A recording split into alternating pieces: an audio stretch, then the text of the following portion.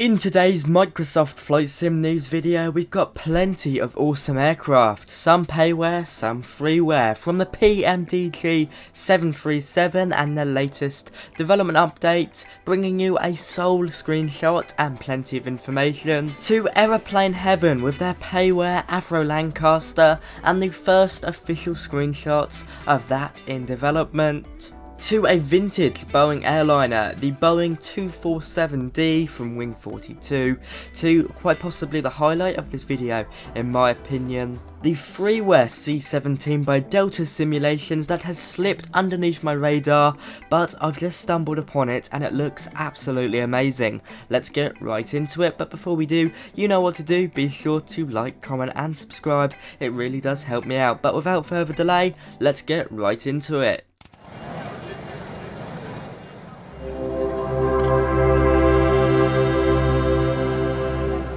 Welcome back to the video guys, hope you're well, but now let's hop into the first bit of news. We'll be talking about PMDG. Now they've released a soul screenshot, here it is on the screen. It is, of course, the cockpit. You can see it, the aircraft is lined up on the runway.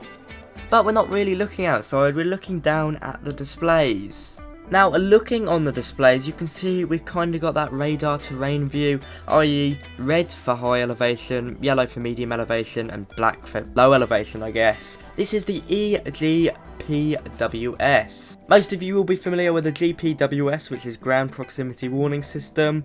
The only differences between that and EGPWS is that basically the latter has been upgraded and does not rely on the more traditional form. Instead, it relies on GPS, easy as that. Anyway, you can see it in full action down there, which can clearly be shown by the fact that the terrain, or the relief profiles outside I should say, match up with the relief profiles on the navigation display. Robert Radazzo talks about that on the PMDG forum, which I've left down below in the description. It's really showing us how in-depth this system is going to be, of course what we'd expect it to be, and certainly hope it to be for the potential price, and it's something we of course come to expect with PMDG. Robert also says that you will notice the amount of detail that has gone into the face of the MCP, standing for Mode Control Panel, especially on the knobs and buttons. And you can see it does look absolutely amazing, highly detailed. I cannot wait for this. Now, Robert also says that we should soon anticipate a kind of roadmap for the upcoming year or two, hopefully giving us more detail about the 777 and 747 and the potential other aircraft we'll be getting from PMDG.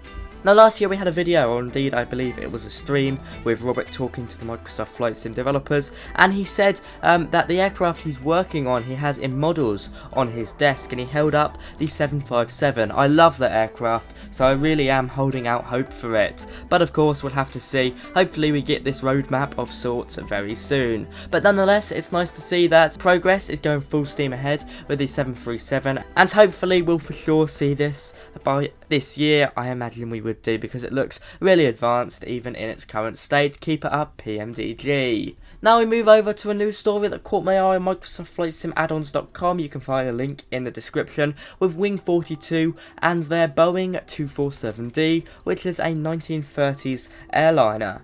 With its first flight in 1933, it really is an oldie, and there was only 75 of them built, which I believe was quite high for the time for an airliner of this sort.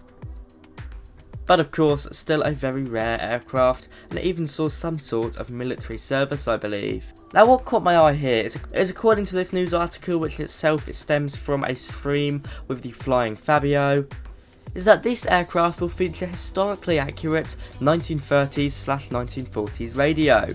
I'm not too sure how it will work, but you know, that sounds really cool and a great selling point. We do get a photo of it, and you can see it is really rudimental. I really do like it. It looks beautiful from the outside, and by the looks of it, it is very advanced, and therefore we hope to see it soon. I know it's not for everyone, and I know these aircraft are indeed not for everyone, but I'm quite looking forward to it. If it can strike a nice balance between quality and price, I may very well look into it. Wing42 are producing some fantastic aircraft, such as the famous Lockheed Vega. Nonetheless, keep it up guys, a very awesome job in keeping with that kind of vintage style and not just relying on ported in Microsoft Flight Sim systems that we've seen with other aircraft of the type. Now sticking with the kind of vintage theme, we've got an even more exciting aircraft, the Avro Lancaster Mark 1 by Aeroplane Heaven. Now they haven't had the best press recently, with their Grumman F3F not experiencing the best reviews, but nonetheless they hope to change that increasing reputation with their Avro Lancaster, which they're expecting a high definition of simulation with. Now we get a few photos of the turret, and that's it basically, but you really start to get a good feel for the level of detail they're striving to achieve here. Just keep in mind that this is the turret for a sim that doesn't actually allow weapons. That is very exciting because it shows for something you're not going to be really using, they're still aiming for an incredibly high level of visual quality. We're still waiting for the DC-3 that they're working on, so hopefully now they're looking at other projects, it means the DC-3 is soon to be released. They're not overtly consistent with releasing products. For example, the Electra was quite a shock, and you know, as I said, we're still waiting for the DC-3. But nonetheless, it's really awesome that they've put this much detail into something that's rather unnecessary for Microsoft Flight Sim. Not the way I'd like it to be. It would be awesome to shoot out of one of these bad boys, but you know, sometimes it is how it is. I believe they have also worked on an FSX version, which is pretty good.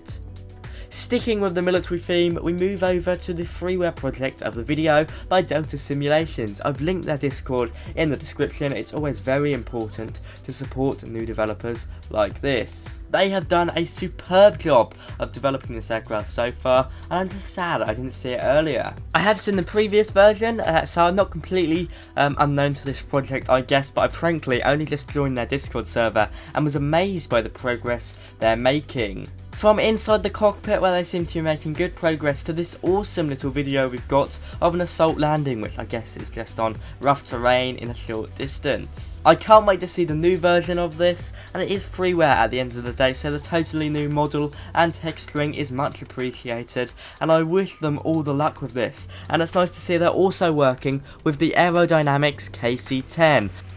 I wish them all the luck with the kind of improvement of this project. I've got to be honest, before this update or this upcoming update, I wasn't the greatest fan of it. It wasn't an overtly fun model to fly around, but you know, I hope it can really get better, and the modelling just looks insanely good. Definitely improved on the engines, so good luck with it guys. There we have it guys, some Microsoft Flight Sim news for you. I hope you've enjoyed it. If you did, be sure to like, comment and subscribe, and if you didn't, tell me down below why you didn't, and be sure to like, comment and subscribe. From me today, I'll see you around. Last thing I want to say is a big thank you to my first class channel members. These guys really do help me out supporting my channel, meaning I can frankly afford add-ons to look at and report on. So I'd like to say a massive thank you to them all. Thank you to HXMe, Maxim LaBelle, Simon Schmidt, Siefra, Ethan Bubeck, Jonathan Desmond, Captain Matt Russell, Fanny Leibenberg, Hello and Erwin K. But of course, you guys just watching this video is always enough, so I'll see you around. Bye bye.